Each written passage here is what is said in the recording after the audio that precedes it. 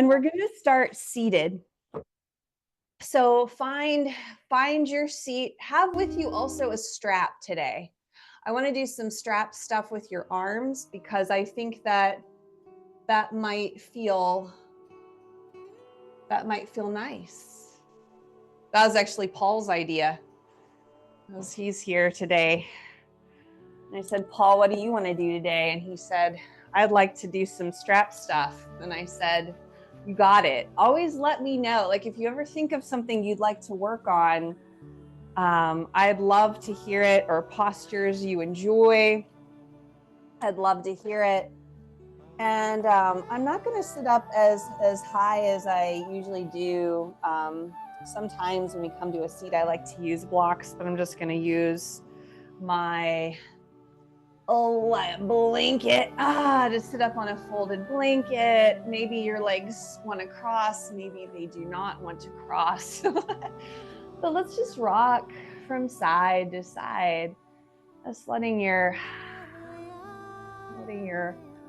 body come into this way of sitting. Getting into your hips, into your spine a little bit. Hello there, spine. To your shoulders.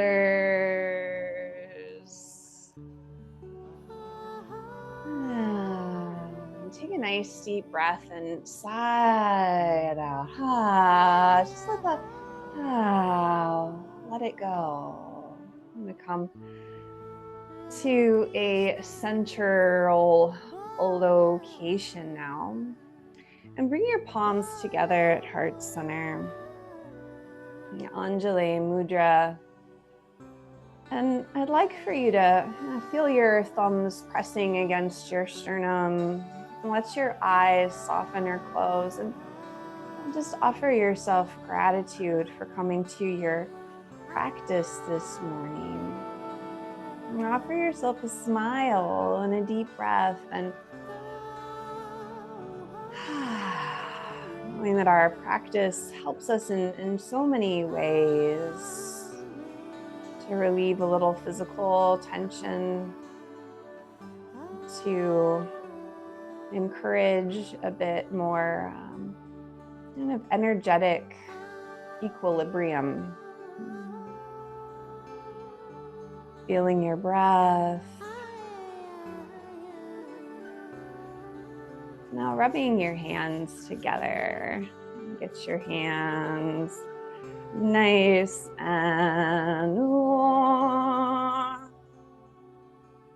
Interlace your fingers. We're gonna have the little piston elbow activity with your wrists, having relaxation in them as you do. Wrist relaxation, piston action. One direction and the other. And press your hands away from you, and let your chin come to your chest, and just press through your shoulder blades. And breathe into the space between them. Take a deep breath and let it go. Reach your arms up overhead as high as they want to go. It might not be very high. Take another deep breath and let them come down. Let your shoulders come up to your ears and roll back down a few times. One direction, then the other.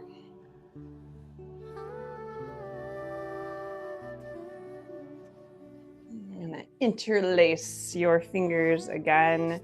The other way, the other interlace. So the other thumb is on top than was previously, and give yourself some piston elbow action. Your wrists getting a little release. When we do some of these movements in your hands and in our feet, we'll get into our feet too, and And then we start to do some bigger stretches. I just really feel like getting into the extremities can assist us at enjoying and benefiting from those stretches more. You get into your shoulders and hips and such. Press your hands away and point your thumbs down. Let your chin come towards your chest and really kind of round through your upper back. Breathe into your upper back. Take a deep breath and let it go. And reaching your arms up, however high they go. Take a deep breath. And exhale, lower the arms, shoulders up to your ears. They roll back a few times. And then the other direction. Gonna extend your legs out in front of you and give them a little bounce. Wiggle your legs, let your feet windshield wipe a little as well. And actually bring your arms out too. I'm gonna do the pressing, stretching your fingers and your toes, and then making fists and go the other direction. And then open them up and they come towards you. And then fists in the other direction. Yeah. Playing with your hands and your feet. We have like the human body has like 206 bones, seems right, but I could be wrong. I can't remember exactly, but I do know that over half of the bones in your body are in your hands, feet, fingers, toes, wrists, ankles. And that's a lot. And that's a lot of little fascia connective tissue connections as well. Now, bring your hands down, widen your legs, and if you have blocks, you could bring them in front of you. Just gonna do some circles, just some little circles at your waist. Stretch your hips, your lower back a little bit as well. Be really slow. Sometimes we start doing this and we get like put on autopilot and we're going a lot faster. And one of the benefits to a yoga practice is becoming more aware of how your body moves, being kind to yourself and gentle as you move. Feeling this stretch maybe in your inner legs, your low back, your sides, maybe even in your neck. So allowing your breath to be slow as you make these circles. And we'll go the other direction.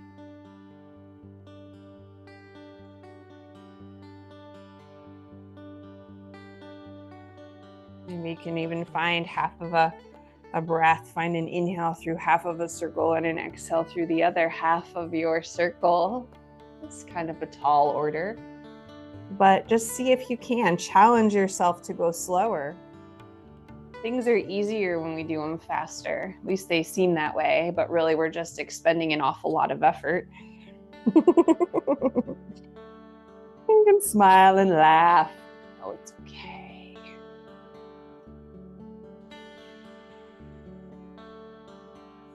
Coming back up to a tall spine. Bring your blocks on the sides of you and bring your soles of your feet together.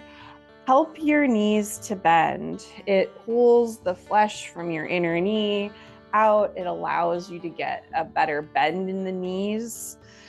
Bringing your feet together. It maybe even helps to alleviate any discomfort you have in the knees, having assistance there. So sitting up tall in your Baddha Konasana, let your hands press your knees, you're pressing your feet together, sitting up as tall as you do. Take a nice deep breath in and then let it go. Bring your hands to your knees come up. Make your way into a child's pose.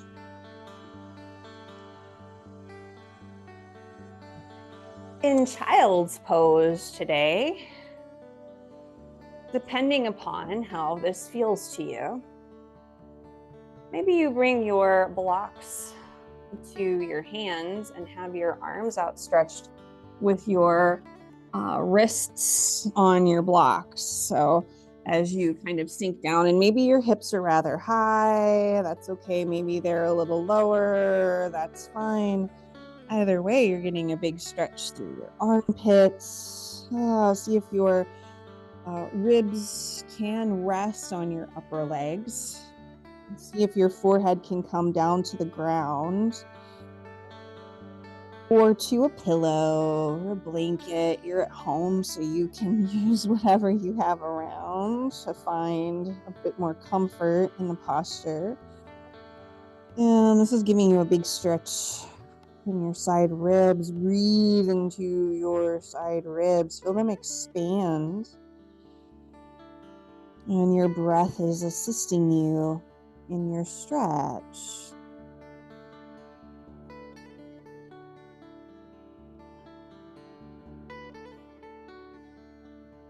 Make your way up to a tabletop, perhaps with your blocks under your hands. And in tabletop, knees under your hips, wrists under your shoulders, cows and cats. Seeing if you can move from your tailbone and allow the movement to make its way up each vertebrae. Opening up and rounding forward. Thinking about that idea of how, flexibility without stability is a liability. So we want to be engaged. You want to remain engaged through your arms, through your shoulders. This is a shoulder strengthening exercise. You want to remain engaged through your low abdomen, drawing it in as you round. Feeling still engagement in some of these muscles, identifying them in your hips, in your low and middle back as you find the back bendy portion.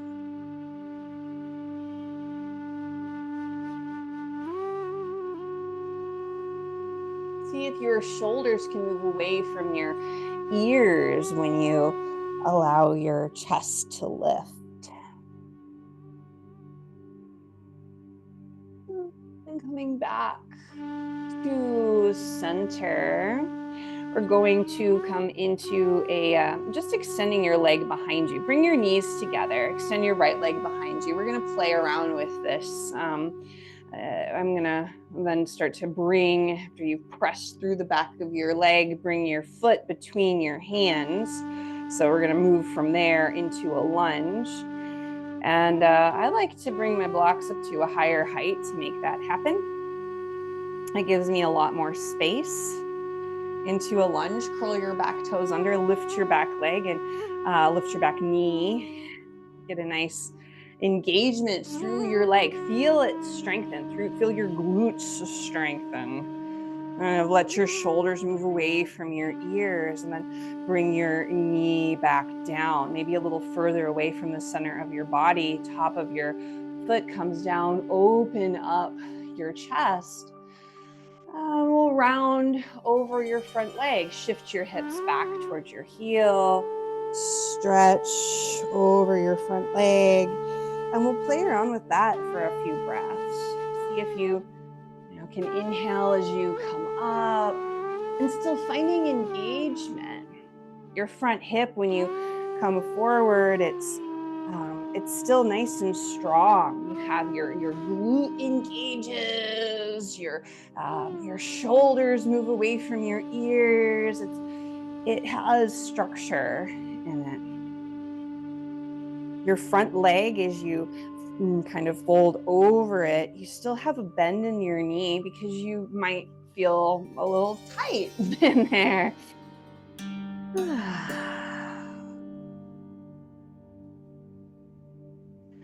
We are going to play a little bit with kind of coming forward and stepping back on that today. not quite sun salutations, but a little adventure in movement. So be kind to yourself as we do that. I'm gonna come back to your lunge. So shift yourself back to your lunge. Your hands or wrists are under your shoulders. Curl your back toe under, lift your back knee. Take a deep breath, and then walk your hands a little further forward and step forward into a forward fold. Keep your knees nice and bent. Your upper body comes down. And now halfway lifted spine, let your crown of your head extend from your tailbone. Shoulders still move away from your ears, and you fold forward, bend your knees. Step your left foot back. So here we're coming back to that lunge that we were in before. Bring your back knee down to the ground. Top of your foot comes down. If it feels good, bring your hands to your upper leg. Let your shoulders stack over your hips. Engage your back leg. Top of your foot presses down.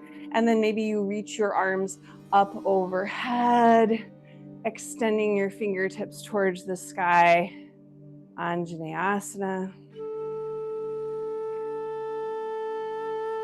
Bring your hands back down to the ground.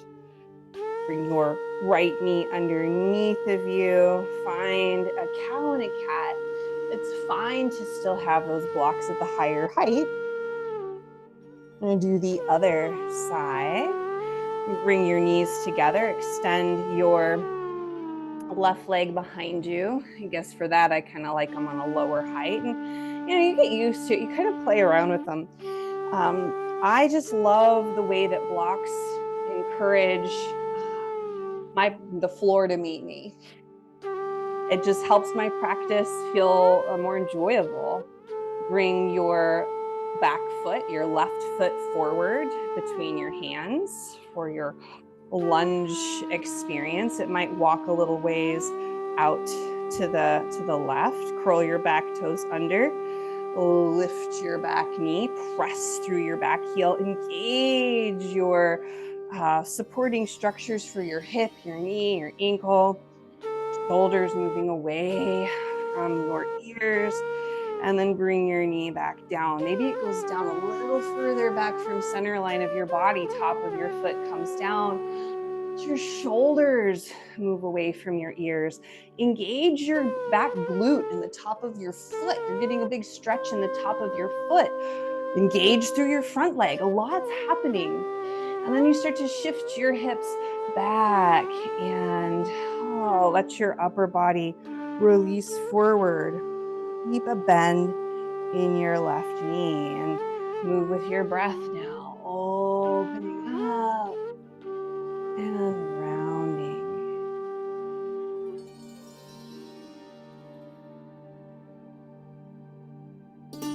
It's like a little adventure in how your body moves and how these supportive structures work together.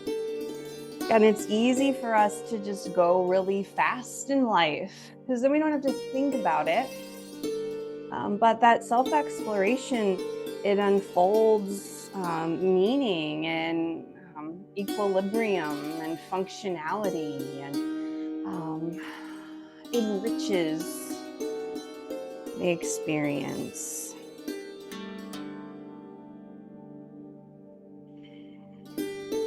Your breath, that breath awareness is a reason that yoga practice can be different than other forms of stretching or exercising.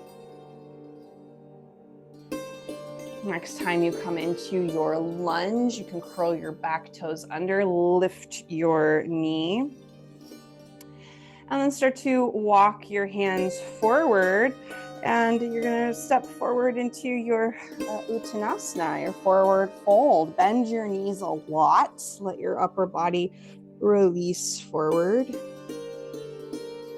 Halfway lifted spine. Crown of your head extends towards the wall in front of you. Shoulders move away from your ears. And fold forward. step your right foot back to your Anjaneyasana. Lunge, lower your back knee, top of your foot comes down. You could stay here or bring your hands up to your upper leg.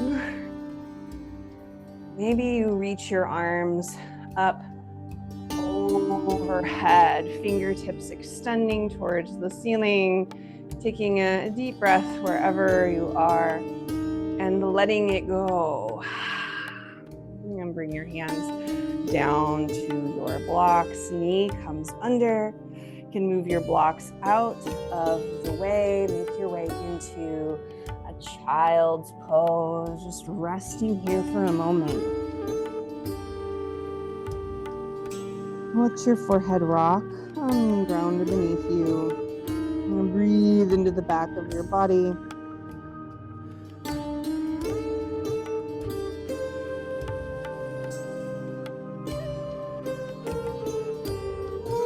Feels good, making your way into a downward facing dog. Bring your hands underneath of your shoulders, curl your toes under, lift your knees.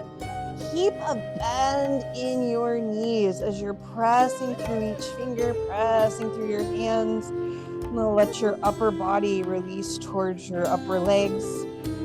You could stay in a child's pose here. You could even turn it into an active child's pose with your palms pressing down, your arms lifted off of the ground. And we're going to take this downward facing dog and make your way into a forward fold. Walking hands towards the feet towards the hands. Moving any obstacles out of the way. Let your feet be mat with distance, ragdoll.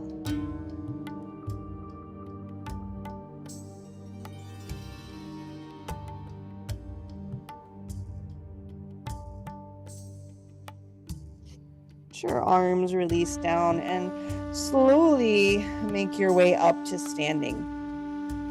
Keep your chin tucked until you come to the top.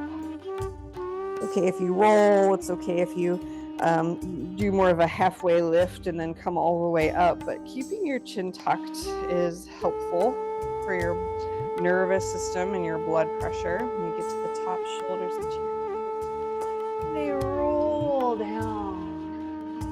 Take things out. And I'm gonna do like your Charlie Brown Christmas dance. You're kind of moving around and maybe moving your wrists. You can kind of bop from side to side. Maybe, whatever you do, just turn it into your silly dance, your funky dance. And then come back to center. Make your way to wherever you can see me. We will move from the center of your mat. Sink into mountain pose. So look down at your toes, lift your toes, bring them down and lift your heels and rock from the ball of your foot to your heel, from the outside edge to the inside edge of your foot. And here in mountain pose, notice how you feel. Each side is a little different. See if your legs can engage in such a way that your upper leg sort of spirals inward. Your lower leg sort of spirals outward. There's this tension that occurs in each leg, which takes pressure off of your low back. Your low back sort of sinks down a little bit. Your pelvis is able to find a little bit of space in it. Especially if you have any issues with sciatica, having that internal rotation of your upper leg relaxes it. Take a deep breath and let it go. Now we're going to work with our strap next. So go ahead and grab your strappy-dappy-doo. Re-engage your mountain pose. Since I have blocks, I'm actually going to do it having a block between my upper legs. it encourages that rotation of your upper leg inward. Because remember, we're like Pez dispensers. We're like stocking stuffer Pez dispensers. You can be any Pez dispenser you want to be. And you thought of one. You know the one that you've seen that you remember.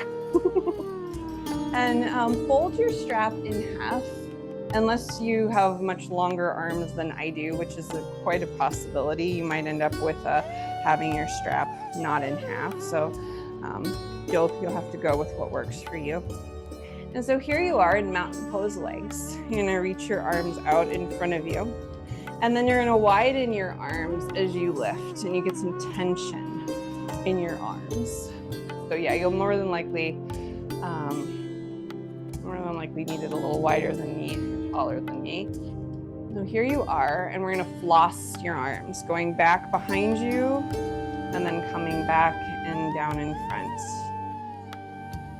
You do want tension in your arms. A little tension is helpful. And as you're coming back, remember that stability or flexibility without stability is a liability. So we don't want to tear anything in the shoulder. We want the shoulders to still maintain a little bit of engagement as you bring them behind you and out in front. And behind you, up and over, and down. Now the next time you reach your arms up, instead of allowing your shoulders to go behind you, let your arms be as straight as they can be. You're going to find a lateral stretch in one direction, keeping your hips even, keeping your feet pressing into the ground. Ooh, big stretch there, back to center. Lateral stretch in the other direction. And coming back to center, keeping your hips where they are. See if you can find a twist. It's just like up in your thoracic spine, since you want your hip points facing forward and your lower body is nice and engaged. Back to center. And a little rotation in the other direction. You're probably not going to go very far. It's fine. Back to center. Let your arms come down. Bring your strap behind you. Turn your arms so that your thumbs are facing in and your knuckles facing down, backs of your hands facing away. Walk your hands as close together as they want to go, opening up your chest, keeping your legs engaged, but now bending your knees. Then begin to hinge forward. Getting a forward fold with your arms reaching up. Bend your knees as much as they'd like to bend. You're still keeping that block securely fastened. And then begin to lift yourself up. Your legs straighten as you do. And your hands, knuckles press down. Bring your head back to center. Release the hands. We're gonna release the block, place it off to the side, because that'll just feel nice. Give yourself a wiggle. Give yourself a shoulder roll or two. We're gonna play with cow face arms. Reintroduce a mountain pose. Take an arm out and lift it. Bend your elbow so your arm is pointing up. Your back of your hand faces away from you, thumb is inward. Your other hand is going to be the opposite way. Your thumb is kind of away from your back. So this is cow face arms, cow face pose. Kind of walking your hands towards each other, getting a release in the shoulder with the elbow down. And also relaxing the shoulder with the elbow up, seeing if the arms can go in those opposite directions, but still keep your chest open.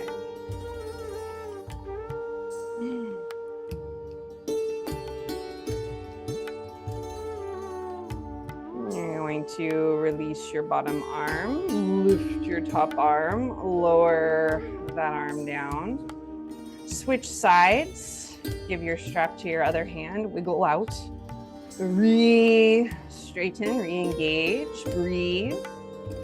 Reaching your arm up and bend your elbow. Your thumb is facing in towards your head or your neck, wherever. Your back hand comes down with your thumb facing away, and you can walk your hands as close together as they want to go. But what's more important than hands touching is being open and breathing.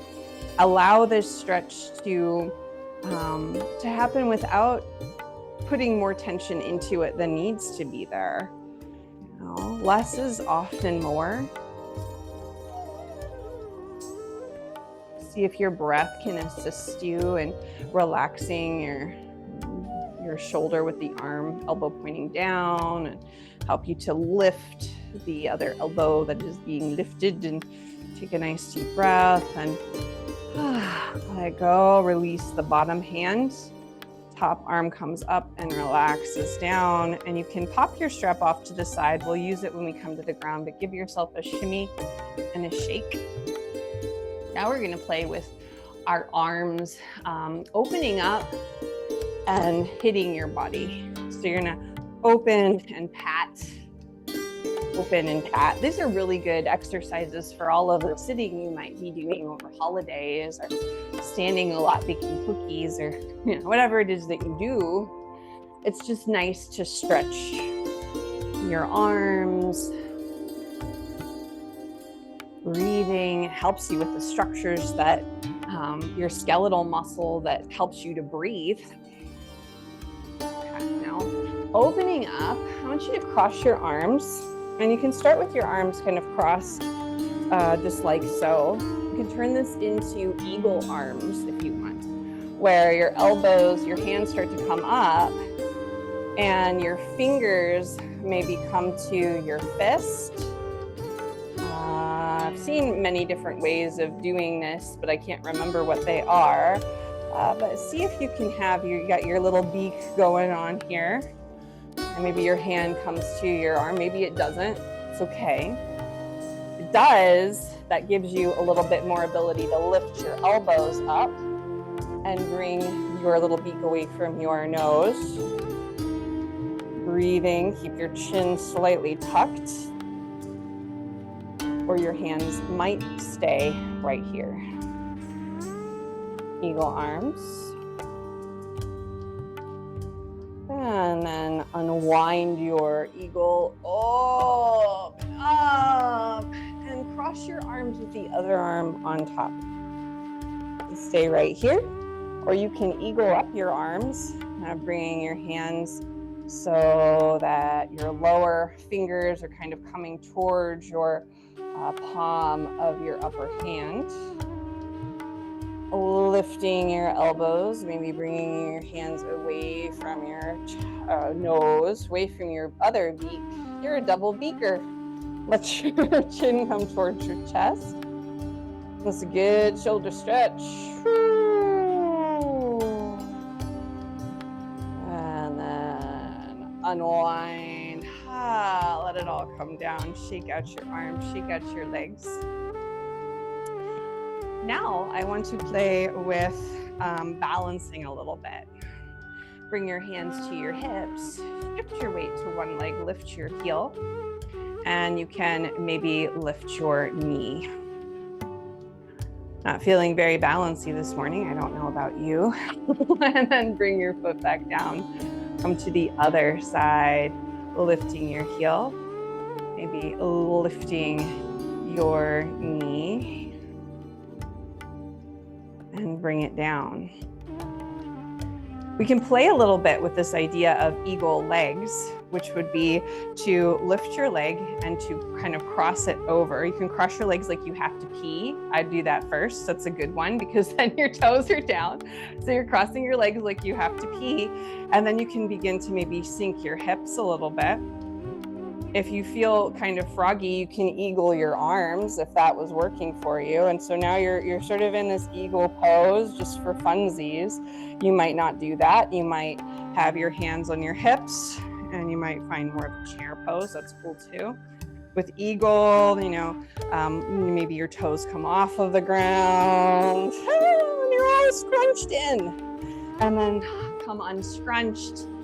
Shake things out. This is fun to play with. We'll do the other side. Garudasana, I think, is eagle pose. We're gonna do the other side. You can crush your legs like you have to pee. And you can start to sink your hips.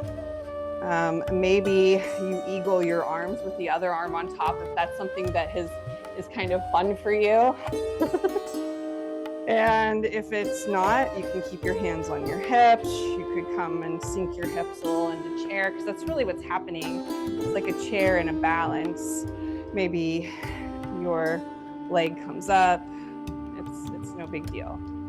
Wherever you are, playing around, having fun with it, and then can open back up, and shake things out. Give yourself a wiggle. Swing your arms forward and back.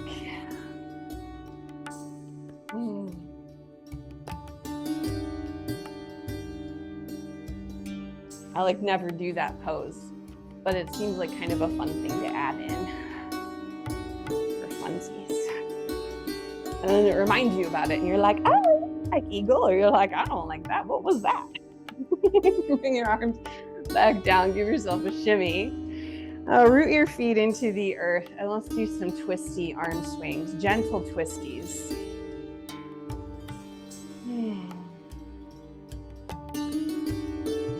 Let a hand hit your chest, the other hand then comes back and hits your kidney adrenal line, knocking on the door of life.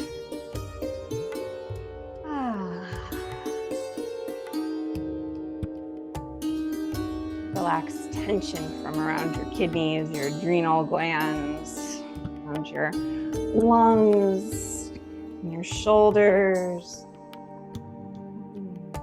Making your way back to center after you've thoroughly tenderized yourself. And here you are. You're going to come down to the ground, and this could be through a squat. If it's not, that's okay. You can get to the ground however you do. Your squat could be much higher. Maybe over time, your squat starts to sink down a little bit more. It's a thing that we just don't do in our culture. If your bum comes to the ground, you could even have a block or two under your hips. That can help with squats. If your knees feel really unstable in a squat, it's a good way to do it. You could bring both blocks under. And then you can come all the way to the ground, getting there however you do, unless your legs come out in front of you. Give them a bounce. I come into staff pose. In staff pose, you could take a blanket and sit up on it. I'm going to say that helps you to bend. We're going to find a forward bend in your squat or in your staff pose. And so staff pose, your legs are engaged, your toes are pointing up, the arms are kind of pressing down, and your chest is opening. Now we can take the strap and bring it to your feet. Lift up through your chest. So I want you to fold at the hips rather than rounding forward. You're lifting through your chest, shoulders moving away, and start to hinge forward, hinging forward, hinging forward. And then once you've gone as far as you can hinge, then you can let your body sort of fold forward. Now, some of you might be able to do this with your hands without the strap, and that's fine too. The strap gives us, with the hands on the feet or the fingers around the big toes, you kind of see it a couple different ways. But what's most important is getting that extension through the spine with your hips folding as far as they can before you round forward. And you're breathing. And make your way back up slowly. can remove your strap, bend your knees. We're going to make our way down to the ground. Have some support under the back of your head if you can. I just think it helps you to feel more supported. Your nervous system likes a little support. So not a ton, but a little bit, so that your chin comes down towards your chest rather than popping up towards the ceiling. When we get here, give yourself a little wiggle on your back body. Now we're gonna do some strappy leg stuff. And so with your feet bent, or your knees bent, your feet on the ground, chin towards your chest, bring your right knee into your chest. Give it a little squeeze. Bring your strap to the bottom of your foot and stretch your leg out. Stretch your heel. The strap is sort of at the ball of your foot so that your heel can stretch a little bit more. Breathing here. See if your low back can relax. Bring your strap into your right hand. Let your hand come up as close to your foot as it can without straining your neck. Okay. You might extend your left leg long and press through your left heel. Engage your left leg. Bring your left hand to your left hip to hold it down, and then you can start to let your right foot come out towards the right. Really engage your leg. Remember, flexibility without stability is a liability. So we're getting this stretch, but it's an active sort of stretch happening.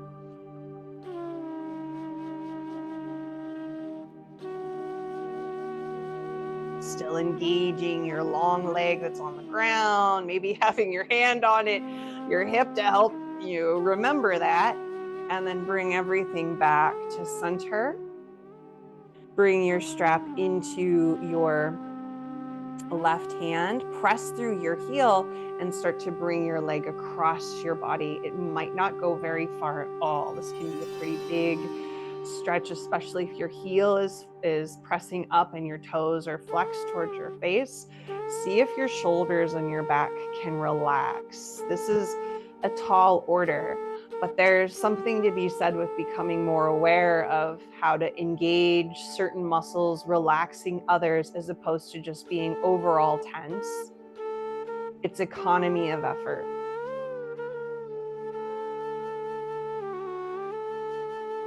Coming back to center. I want you to bend your left knee. Bring your left foot into the strap. So now you have both of your legs, little feet in a strap. You can kind of hammock them, let them fall away, let them come in.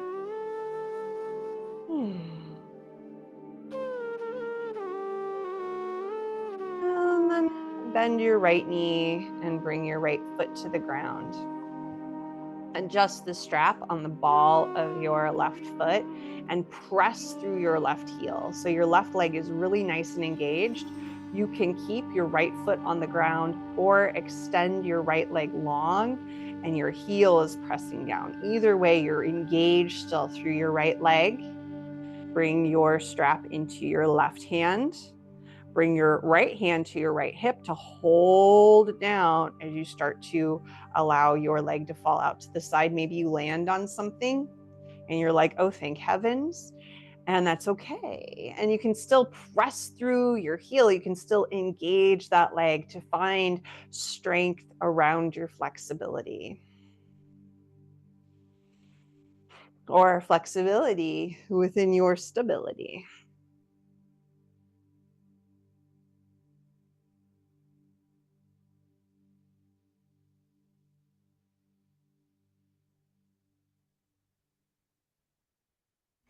Bringing your leg back to center. Continue to engage your right leg and your left leg. Bring your strap into your right hand and start to bring the leg across. Doesn't have to go very far. Just kind of feeling that stretch, feeling your leg engaged as well. Breathing. Can you breathe?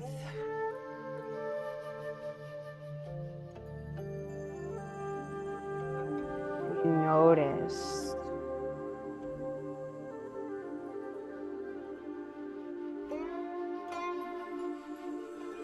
And coming back up to center. Bring your right foot into your strap hammock. And now you're on a beach in your strap hammock.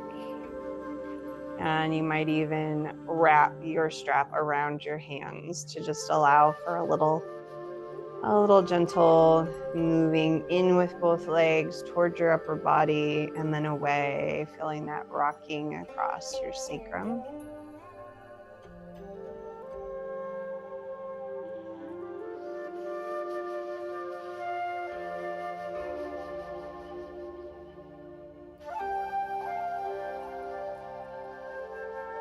Bend your knees, bring them into your chest, remove your strap and put it off to the side. Give yourself a little sacral rocking. Letting your knees rock from side to side. We're going to find a twist. And I'm going to go for sort of an eagle leg twist. So with the legs crossed, let your right foot come to the ground, cross your left knee over your right knee. You might take your blocks, if they're close by, and give them a little stack over to your right so that they can land there, that your leg can sort of land on that. And so this might feel good. If it doesn't, you can unwind the legs. You could have both knees fall to one side. You could extend one leg and have the other knee come over to the side. But I just thought that since we did our little eagle exploration, that we would have an eagle leg kind of twist. See if your left shoulder can relax. Maybe even look over to your left.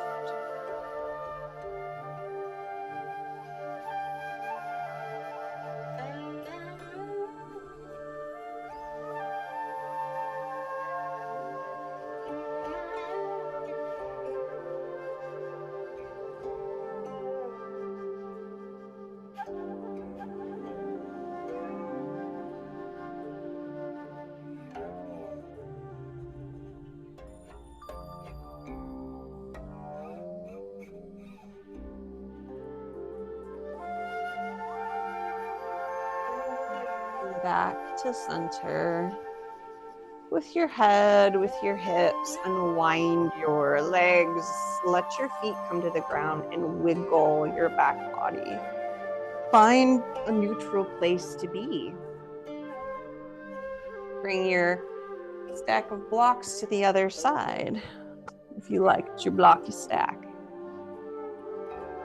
Bring your left foot to the ground in front of you and right knee crosses over. Maybe you're in an eagle-y sort of twist about there, like you gotta pee. And you let your knees fall over to the left, and they can kind of catch on those blocks. You can let your right arm extend, and maybe your knees goes to the right.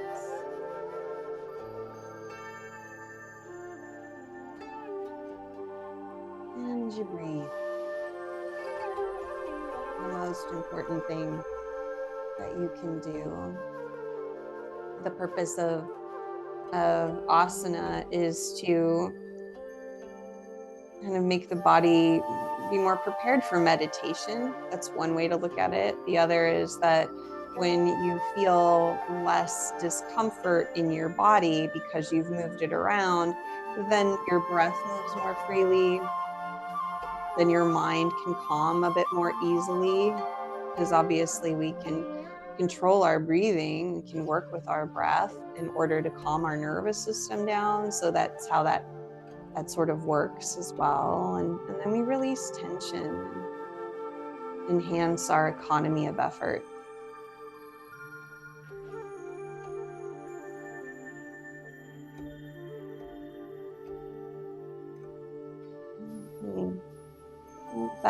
to center, unwind yourself, bring both feet to the ground, give yourself a wiggle about, and we're making our way into Shavasana. You might get yourself set up with a little extra support under your knees. I highly recommend that if you can, if it feels, if lying flat, which is fine, but if lying flat gives you discomfort,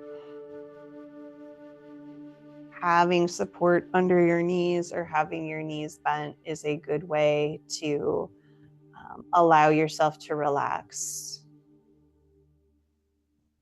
I heard one description of Shavasana, which is translated to corpse pose, being, and translations are tricky, being that the reason it's called corpse pose is because each time you practice,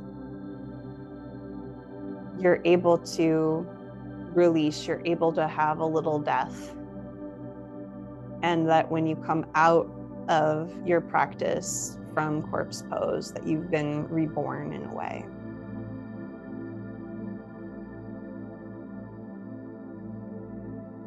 So allow this to be your opportunity to let go. There's nothing to hold on to.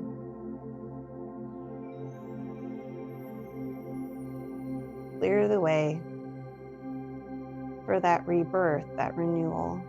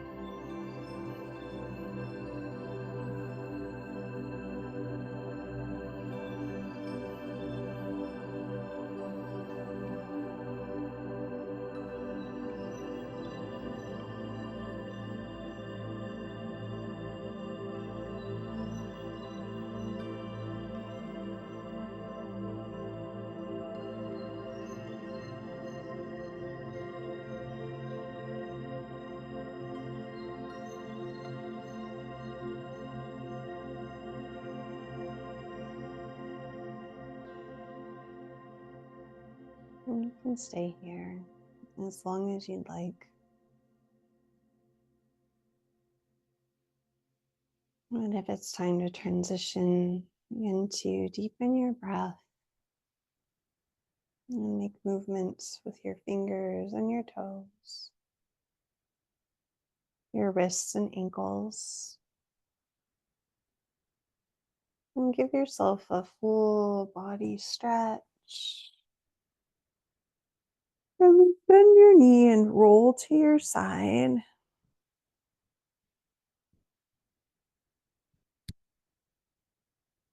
And slowly press your way up to the seat.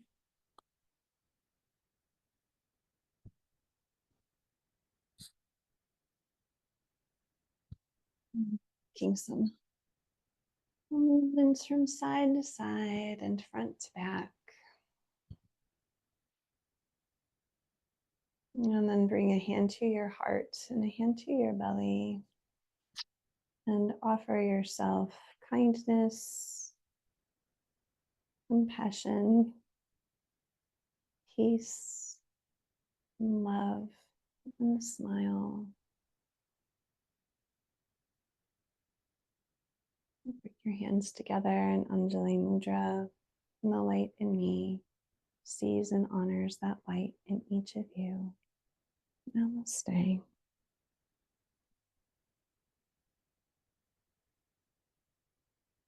I thank you so much for your practice today. And I hope that you have a delightful rest of your weekend.